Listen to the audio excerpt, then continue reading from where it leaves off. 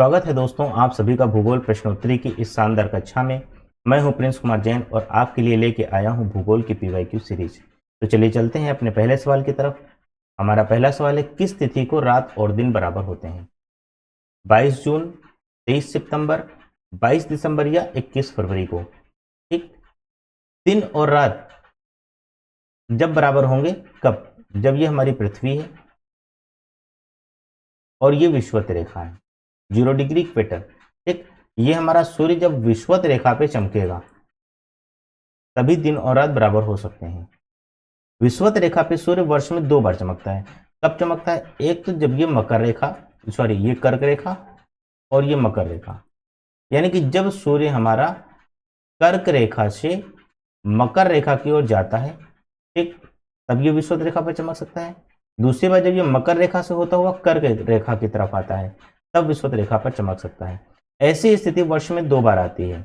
एक तो ये आती है आपकी 21 मार्च को और दूसरी आती है 23 सितंबर को।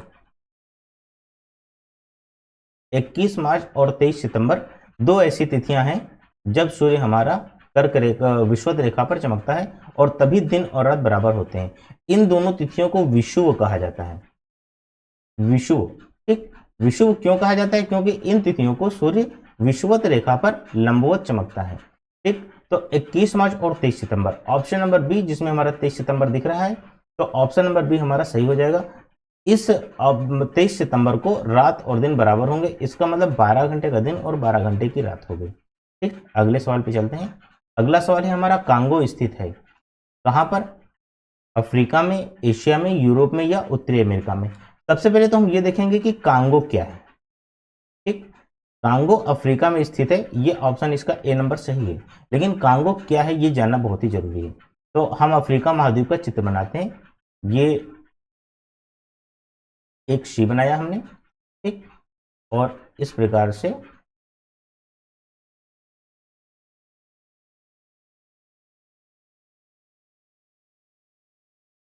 अफ्रीका महाद्वीप हमारा निर्मित हो गया। ठीक। अफ्रीका महाद्वीप के मध्य से लगभग मध्य से विषुवत रेखा गुजरती है, इसे हम 0 डिग्री या इक्वेटर कहते हैं। ओके, ठीक। अब यहां पर एक राज्य है जिसे हम कांगो राज्य के नाम से जानते हैं।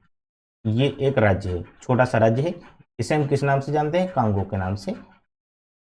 तो यहां पर मैं 1 नंबर लिख दे रहा हूं, ठीक? और यहां पर मैं 1 नंबर का लिख दे रहा हूं कि कांगो राज्य है। कांगो राज्य। ओके। इसके अलावा एक नदी है जो विषुवत रेखा को 2 बार काटती है, इस प्रकार से। इस नदी पे मैं 2 नंबर लिख दे रहा हूं, ठीक। और यहां पर मैं लिख दे रहा हूं ये कौन सी नदी है। इस नदी का नाम है कांगो नदी। इसकी विशेषता क्या है कि ये विषुवत रेखा को 2 बार काटती है। ठीक। इसके अलावा, जस्ट अ मिनट,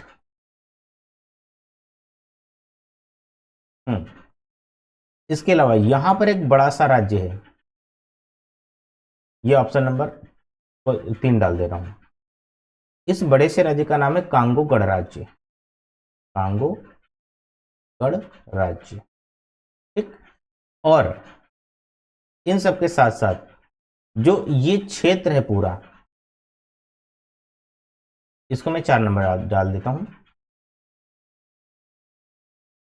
4 नंबर।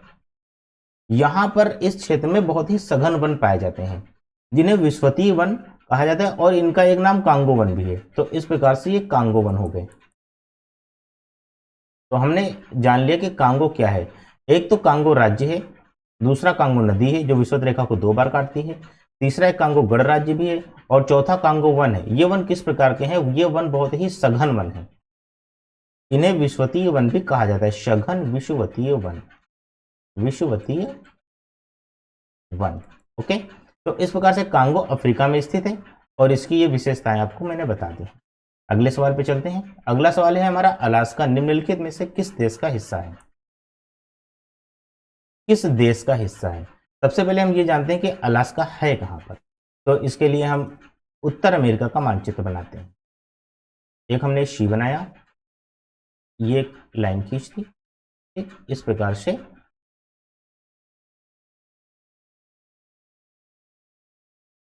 ये आपका एक उत्तर अमेरिका का मानचित्र बनकर तैयार हो गया है। और यहां पर जो एक राज्य है जिसका नाम है अलास्का। ठीक, ये एक जो सीमा रेखा है, ये किस देश की सीमा रेखा है? कनाडा की। कनाडा और नीचे है यूएसए। ओके, और एक यहां पर भी सीमा रेखा होती है जो यूएसए और मेक्सिको को अलग करती है। ओके, ठीक। तो अलास्का निम्नलिखित में से किस देश का हिस्सा है? अलास्का यहां पर है, लेकिन ये हिस्सा है यूएसए का, तो इसलिए यहां पर हम यूएसए लिख दे रहे हैं। तो अलास्का संयुक्त राज्य अमेरिका यूएसए का हिस्सा है। ये पहले किसका हिस्सा था? ये है तो कनाडा की भूमि पे, यूएसए की मुख्य भूमि से अलग है। ये पहले यहां पर एशिया था, और एशिया में यहां पर एक देश है रूस। ठीक, ये पहले अलास्का जो हिस्सा है वो रूस का हुआ करता था, लेकिन रूस ने किन्हीं कारणों से इसको अमेरिका के हाथों बेच दिया। अब ये अमेरिका का हिस्सा है। तो इस प्रकार से ये है अमेरिका की मुख्य भूमि से दूर, लेकिन अमेरिका का हिस्सा है। तो ऑप्शन नंबर बी आपका संयुक्त राज्य अमेरिका जो है वो सही हो जाएगा।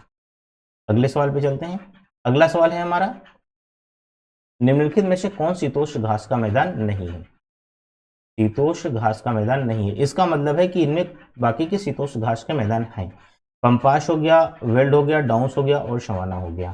तो शीतोष्ण घास के मैदान किसको कहते हैं? ये हमारी, सॉरी, ठीक, ये हमारी पृथ्वी है, और ये विषुवत रेखा है 0 डिग्री। इसके बाद में एक ये आपकी आती है 30 डिग्री अक्षांश रेखा, और एक आपकी ये आती है 60 डिग्री अक्षांश रेखा। ये उत्तर और दक्षिण दोनों ध्रुवों पर, मतलब दोनों गोलार्धों में होती हैं। ओके, तो इस प्रकार से ये जो 0 से 30 डिग्री होती है, यानी कि इतना भाग, इसे हम उष्ण कटिबंधीय, उष्ण कटिबंधीय क्षेत्र कहते हैं। इसके अलावा जो 30 से 60 डिग्री होता है, इतना भाग, इसे हम शीतोष्ण कटिबंधीय क्षेत्र कहते हैं, शीतोष्ण कटिबंधीय। और ये जो ऊपर का भाग होता है इसे हम शीत के नाम से जानते हैं। ठीक, तो शीतोष्ण कटिबंधीय घास मतलब शीतोष्ण कटिबंधीय क्षेत्र, इसका मतलब यह हुआ कि जो 30 डिग्री अक्षांश से और 60 डिग्री अक्षांश के बीच में, यानी कि जो इतने बीच में आएंगे वो शीतोष्ण घास के मैदान होंगे। तो जो पंपाश है, वेल्ड है, डाउन्स है और सवाना है, इनमें से कौन सा ऐसा है जो शीतोष्ण घास का मैदान नहीं है? तो जो पंपाश है ये आपको दक्षिण अमेरिका के लगभग 50 डिग्री दक्षिण अक्षांश की तरफ आता है, तो इस प्रकार से ये शीतोष्ण घास का मैदान हो गया। 50 डिग्री अक्षांश में आता है, 30 से 60 के बीच में हो गया, तो ये हो गया शीतोष्ण घास का मैदान। एक वेल्ड, वेल्ड आपके जो आते हैं वो अफ्रीका महाद्वीप के बिल्कुल दक्षिण में, यानी कि 30 डिग्री दक्षिण अक्षांश के पास आते हैं। तो इस प्रकार से ये वाले वेल्ड भी शीतोष्ण घास के मैदान हो गए। डाउन्स आपके ऑस्ट्रेलिया में आते हैं और लगभग 30 डिग्री अक्षांश के आसपास आते हैं। तो इस प्रकार से ये तीन की तीनों शीतोष्ण घास के मैदान हो गए। और ये जो सवाना आपका है, सवाना आता तो अफ्रीका में है, मैं आपको दिखा दूं, ये अफ्रीका है। ठीक,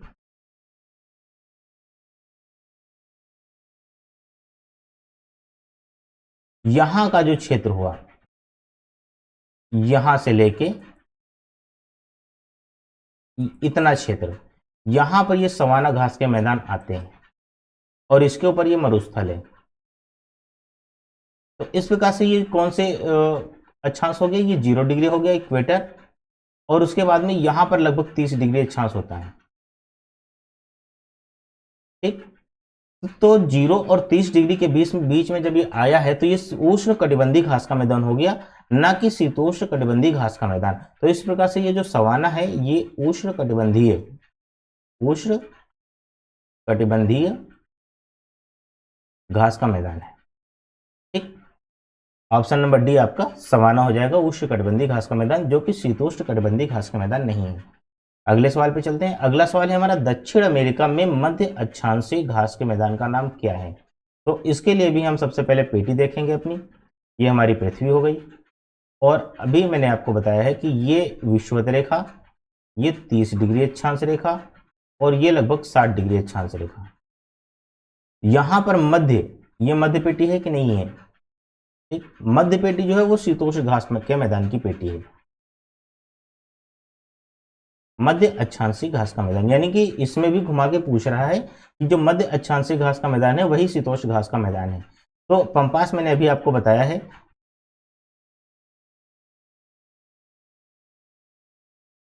एक मिनट, दक्षिण अमेरिका में मध्य अक्षांशीय घास का मैदान का नाम बताना है। दक्षिण अमेरिका, तो ये तो पंपासी हो गया क्योंकि पंपासी दक्षिण अमेरिका में है, तो इस प्रकार से पंपास हो गया दक्षिण अमेरिका में शीतोष्ण घास का मैदान। ये जो प्रेरी है ये उत्तर अमेरिका में है, उत्तर अमेरिका में, ठीक, और जो ये जो वेल्ड है ये अफ्रीका में है। शीतोष्ण घास का मैदान ये भी है लेकिन ये दक्षिण अमेरिका में नहीं है, वेल्ड है अफ्रीका में और प्रेरी है उत्तर अमेरिका में और स्टेपी है यूरोप में। तो इस प्रकार से जो दक्षिण अमेरिका में है वो पंपास है, शीतोष्ण घास का मैदान। ओके, तो आज के लिए इतना ही, मिलेंगे किसी और वीडियो में, तब तक के लिए जय हिंद।